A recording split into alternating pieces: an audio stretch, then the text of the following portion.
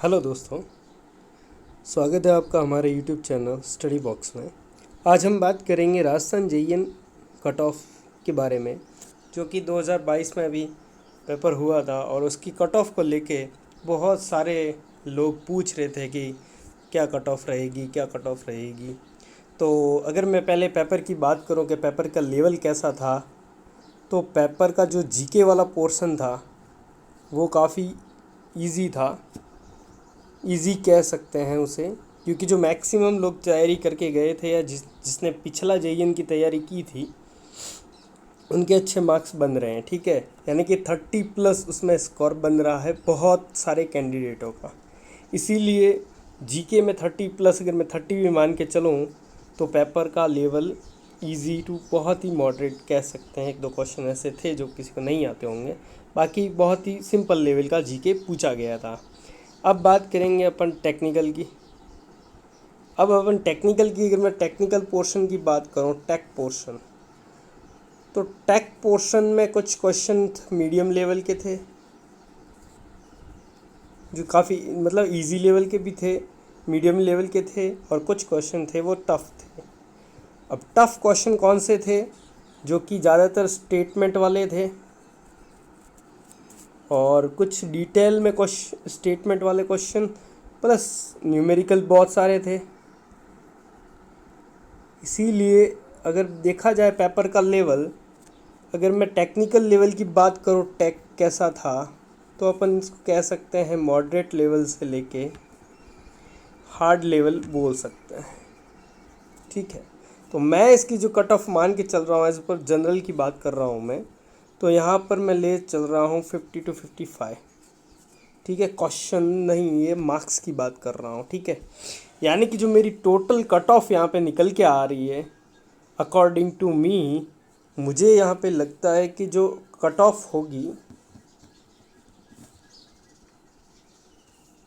जो आपकी cut off होगी, अगर मैं यहाँ पे बात करूँ जनरल वालों की, तो 30+ मुझे ऐसा लगता है कि यहाँ पर आपका 85 टू लेके 90 के बीच में ये फाइनल कट ऑफ बता रहा हूँ। ठीक है, वो ये जनरल में मेंस की बता रहा हूँ। जो वुमेन है या गर्ल्स हैं वो आप मान सकते हैं कि इससे 5 से लेके 8 नंबर कट ऑफ उनकी कम ही जाती है जनरली। ठीक है, तो इससे अगर 7-8 नंबर आपके कम आ रहे हैं तो आप सेफ जोन में हैं। यहाँ तक मुझे लगता है कि 85 से 90 की कट ऑफ जा सकती है और ये वाली फाइनल कट ऑफ होगी। ठीक है, 2 टाइम्स की नहीं बता रहा मैं, यहाँ पे फाइनल कट ऑफ बता रहा हूँ, क्योंकि पेपर का लेवल काफ़ी अच्छा था और ऐसी भी खबरें आ रही थी कि पेपर लीक हुआ है, नहीं हुआ है।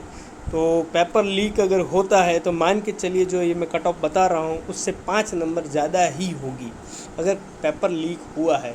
वैसे ऐसी कोई खबर आई नहीं है, लेकिन सुबह सुबह ही एक खबर एसओजी वालों ने ही दे दी थी कि कट ऑफ के दो लड़के पकड़े गए थे।